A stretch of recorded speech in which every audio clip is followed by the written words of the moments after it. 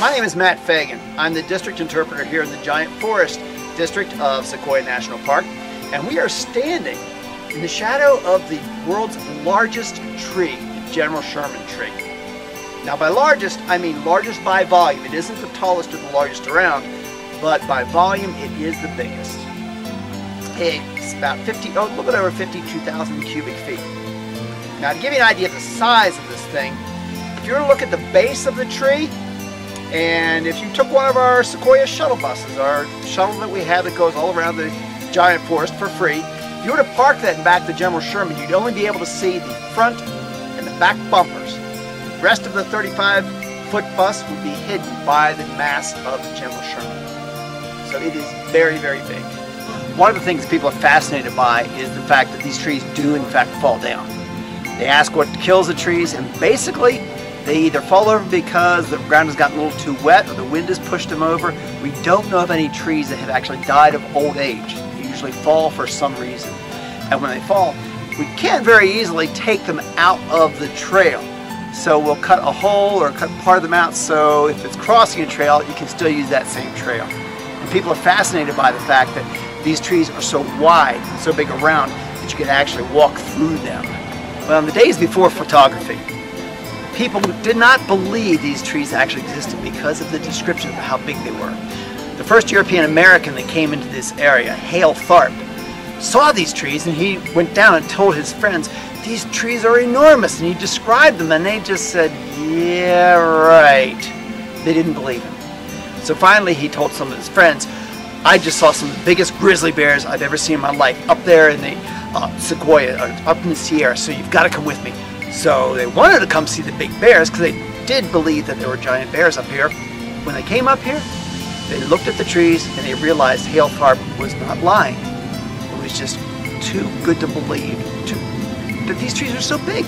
Well, you can see, cutting through this, a lot of times people in other areas that did not have the opportunity to come up and see these trees had a hard time believing how big they were. So there were different people that come up here and cut slices of these trees and take them to different places around the globe just to prove that, yes, in fact, the trees were this big.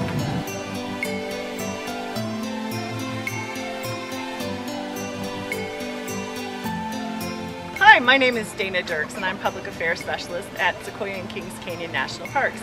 I'd like to invite you and your family to some of our ranger-led programs. So we have many here at Sequoia and Kings Canyon, but there are many nationwide. And don't forget, we also have our free Junior Ranger program in many national parks. So come on down and enjoy yourselves. Best of all, our ranger-led programs and our Junior Ranger programs are free. There are lots of amazing places to stay here near Sequoia National Park. For example, lots of gateway communities. We have the town of Three Rivers, the town of Visalia, Exeter, Porterville, lots of different amazing places that are not very far away from the park to come and enjoy yourself. But if you really want an outdoor experience, come camp. You can choose from any one of 14 different campgrounds here at Sequoia and Kings Canyon National Parks. There are some amazingly beautiful places.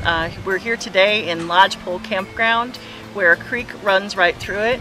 You have a trail where you can take a hike to a waterfall just right near the campground.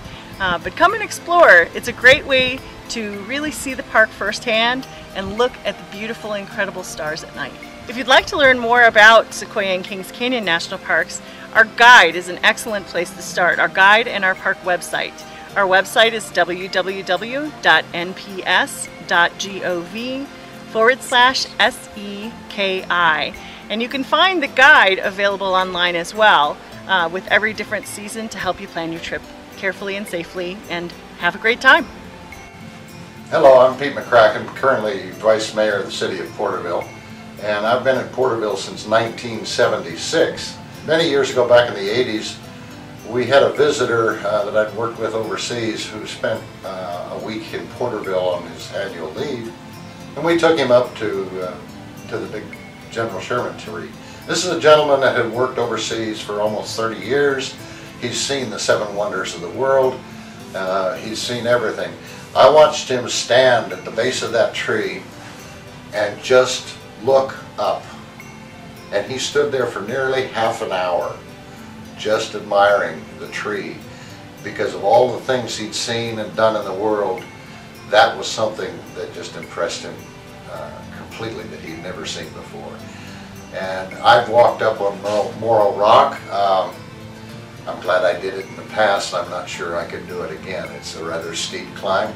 And I've been to the Crystal Caves up in the same area, which are gorgeous natural wonders, and we really need to appreciate them, and everybody needs an opportunity to get to them. As being the gateway to these natural wonders is a real benefit to Porterville, because we support the tourism and the necessary support services for people who are visiting the parks. To have people come, and while they're here, there's lots of other things to do in Porterville too. We've got Lake Success, and access to the mountains, and all kinds of things.